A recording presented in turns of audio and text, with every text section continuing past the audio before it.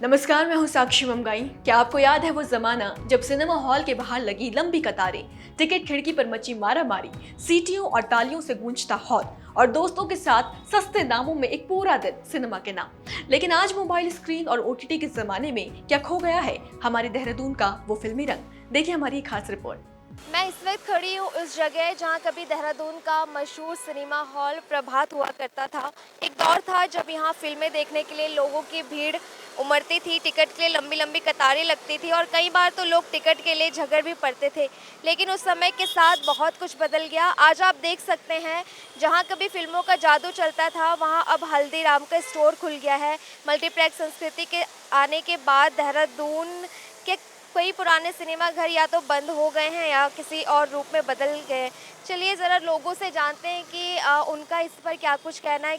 उस वक्त का दौर सिनेमा का कैसा था और अब क्या कुछ बदलाव आया है। देखो, ऐसा है कि पहले जो है आदमी का मनोरंजन का माध्यम जो था सिर्फ फिल्म ही थी। टेलीविज़न तो था नहीं। टेलीविज़न अगर 80 के दौर में जब टेलीविज़न आया तो तभी भी दूरदर्शन पे बहुत सीमित कार्यक्रम आते थे। हफ्ते में एक पिक्चर आती थी, एक चित्रहार आता था और कुछ एक आध शो और आते थे। तो और आदमी के पास मनोरंजन का तो कोई साधन था नहीं। तो एकमात्र साधन ये था कि फिल्म हॉल थे। फिल्म हॉल में पिक्चरें लगती थी और फिल्मी पत्रिकाएं आती थी, लोग उनको पढ़ते थे। और हमारे दौर में तो ऐसा भी था कि कोई जैसे पिक्चर आनी है तो हम लोग तो उसके पोस्टर देखने भी पहले जाते थे फिल्म हॉलों में, कि यार ये वाली पिक्चर आने वाली है, इसके पहले पोस्टर देखेंगे, अमिताभ बच्चन की या विनोद खन्ना की या उससे पहले राजकुमार की, इस तरीके से। तो एकमात्र साधन था और उसके अलावा कोई साधन नहीं था। इसलिए सारा जो युवा वर्ग था, जो महिलाएं थी, जो घर गृहस्थी वाले भी लोग थे, वो भी अपना नाइट शो में बीवी बच्चे अपनी पत्नियों को लेके साथ पिक्चर हॉल जाते थे। अब आज के दौर में तो ज़माना बिल्कुल बदल गया है। आज हर आदमी के हाथ में टेलीफोन है और वो टेलीफोन जो है इंटरनेट से कनेक्टेड है। सारा आपका वाईफाई चल रहा है आपका, और क्या उसका नाम ओटीटी पे पिक्चर्स आ रही हैं, तमाम तरीके की चीज़ें हैं। तो लिहाजा इसलिए वो आदमी के पास शौक़ तो है पूरा, पिक्चरें तो आदमी देखता है अभी भी, पर फिल्म हॉल तक नहीं जाता। ये बात तो सही बात है। अरे हमने तो पहला दिन पहला शो पता नहीं कितनी पिक्चरें देखी हैं। टिकट लेने में बेल्टें चलती थी, मार खाई है। हाँ, और लड़के होते थे, ग्रुप बनाते थे, सुबह 9 बजे चले जाते थे, लाइन में लग जाते थे। पर उस दौर में ऐसा था कि जब बदमाश लोग आते थे तो वो बेल्टें चला के हमें भगा देते थे लाइन से। फिर भी हम मतलब देख ही लेते थे कैसे कैसे, गेट कीपर से जुगाड़ करा या कुछ करा। कुछ नहीं हुआ तो ब्लैक में पिक्चरें टिकटें लेके देखते थे। तो हमारा दौर तो पिक्चरों का ही दौर था। यहाँ देहरादून में नया नया सिनेमा हॉल बना था, कनक। और ये बात है मेरे ख्याल से 1979 की, 78 या 79 की।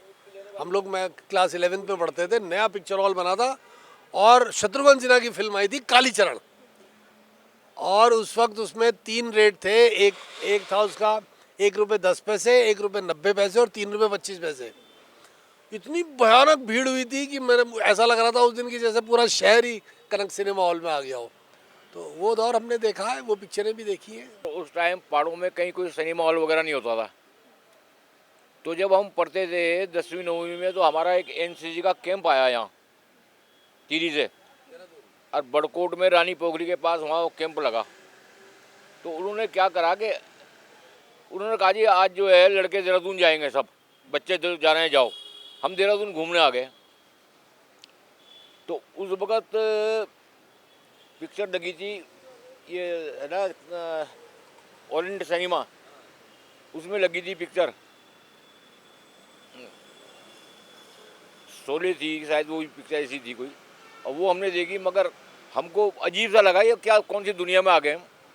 हाँ, हमारे यहाँ तो पहाड़ों में कैसा हंसता नहीं। और उसमें जो हमको देखने को सीखने को मिला, वो एक विचित्र कहानी थी। उसमें एक साहित्य था, उसमें एक कला थी, उसमें एक पीड़ा थी। आज की पिक्चरों में ये सब खत्म हो चुका है।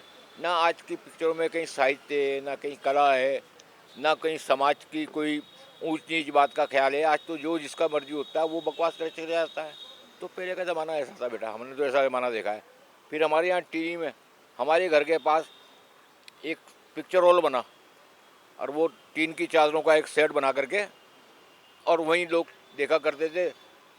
1 रुपये 50 पैसे टिकट हुआ करता था, ज़मीन में बैठते थे नीचे, और तब वहाँ पिक्चर देखते थे। ऐसा ज़माना था। आज तो ज़माना बहुत बदल गया। आज तो बड़े बड़े हॉल हो गए, बड़े बड़े मॉल हो गए। मल्टीप्लेक्स हो गए। हाँ, तो आज के हम तो उस समय के लोग हैं। उत्तरकाशी में पुलिस डिपार्टमेंट में थे, 84 की बात है।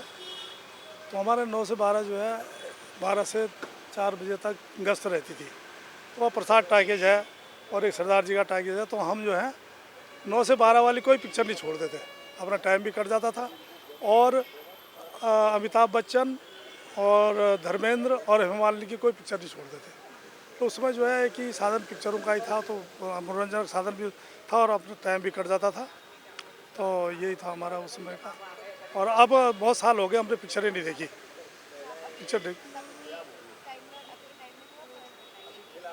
उस समय जो है पिक्चरें बड़ा अपने परिवार के साथ देख सकते थे। अब जो है अश्लीलता ज़्यादा परोसी जा रही है पिक्चरों में, तो इसलिए लोग ज़्यादा परिवार के साथ देख सकते हैं। अब तो आप यूट्यूब में और उसमें टीवी में देख लो अलग अलग। तो ये अंतर है। तो जब हमने कुछ लोगों से बात की, उन्होंने बताया कि पहले के मुकाबले अब बहुत कुछ बदल गया है। पहले लोग फिल्मों के दीवाने हुआ करते थे। अगर कोई नई फिल्म आती थी तो उसे देखने का उत्साह कुछ और ही होता था।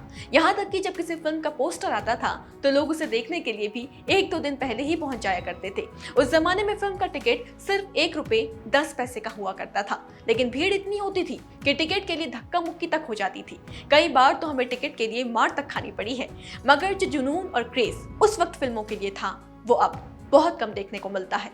सिनेमा देखना कभी सिर्फ एक फिल्म देखना नहीं था, वो एक अनुभव था। दोस्तों संग टिकट की लाइन पर खड़े रहना, किसी अनजान के साथ ताली बजाना, सीटियां मारना और इंटरवल में गर्म समोसे खाना। देहरादून के वो सिनेमा घर अब भले ही बंद हो गए हों, लेकिन वहाँ की यादें आज भी हमारी बातों, हमारी हंसी और हमारी यादों में जिंदा है। शायद वक्त फिर से वही रंग ना लौट आए, लेकिन ये कहानी हमें ये जरूर याद दिलाती है कि कभी एक पर्दे पर पूरी जिंदगी उतर आती थी और हर फिल्म सिर्फ कहानी नहीं, एक एहसास होती थी। तो चलिए आप यादों की गलियों में टहल कर आइए। फिलहाल हम विदा लेते हैं, फिर हाजिर होंगे एक नई कहानी लेकर। बने रहें देवभूमि इनसाइडर के साथ।